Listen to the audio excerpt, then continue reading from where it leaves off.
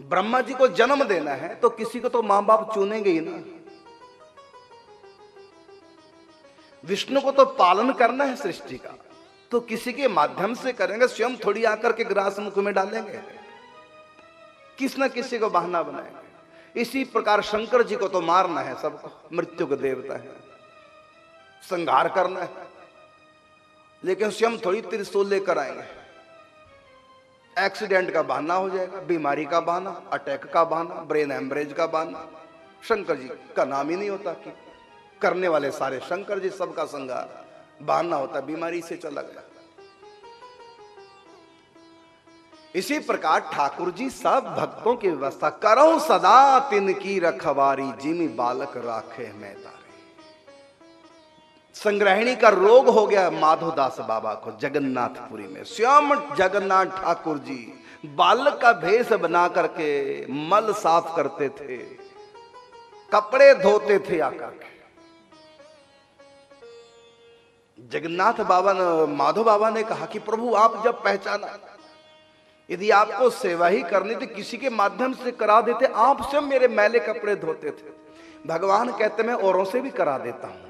कोई संतों का श्रद्धालु प्रेमी मुझको आसपास दिखाई देता है ना, लगन वाला, उसको मैं समर्थ देकर के उनसे सेवा करा देता हूं। लेकिन जब कोई आसपास ना हो, तुम यहां बैठे समुद्र किनारे जगन्नाथपुरी से भी अलग दूर, तो कोई आसपास था नहीं, किसको प्रेरणा करता, तो मैं स्वयं आता।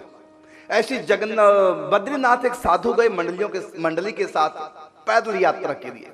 एक को दस्त लग गए, ठीक ही नहीं हो रहे थे।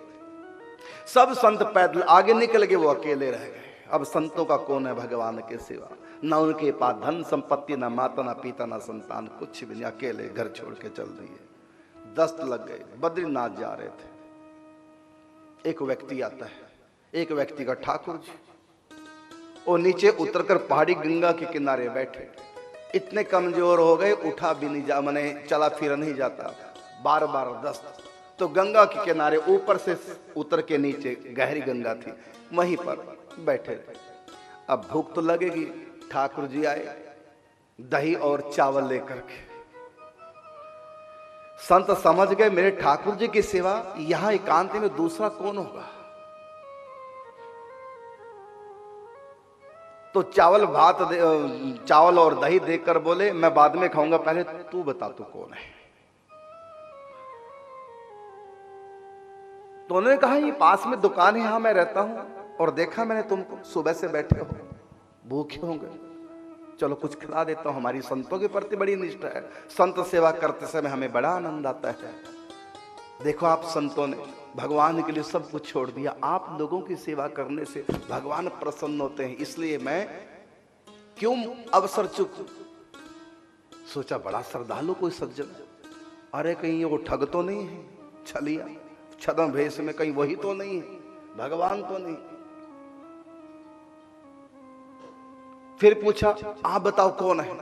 अरे पागल हो गए, अभी तो बताया, और ऊपर जो दुकानें देख रहे ना प्रयाग के पास, वहां से आया।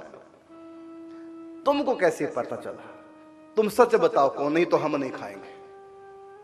ठाकुर जी बोले नहीं खानी मत खाओ, हम जा रहे हैं वापस अपनी दुकान पे, मुझको ग्राहक देखने हैं।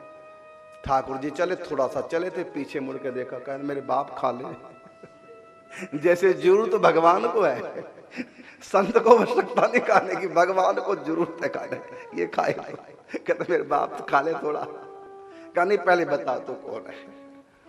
अंत में ठाकुर जी को प्रकट होना पड़ा, उनके सामने बद्री विशाल ठाकुर जी प्रकट हो गए, चरणों में गिर गए संत।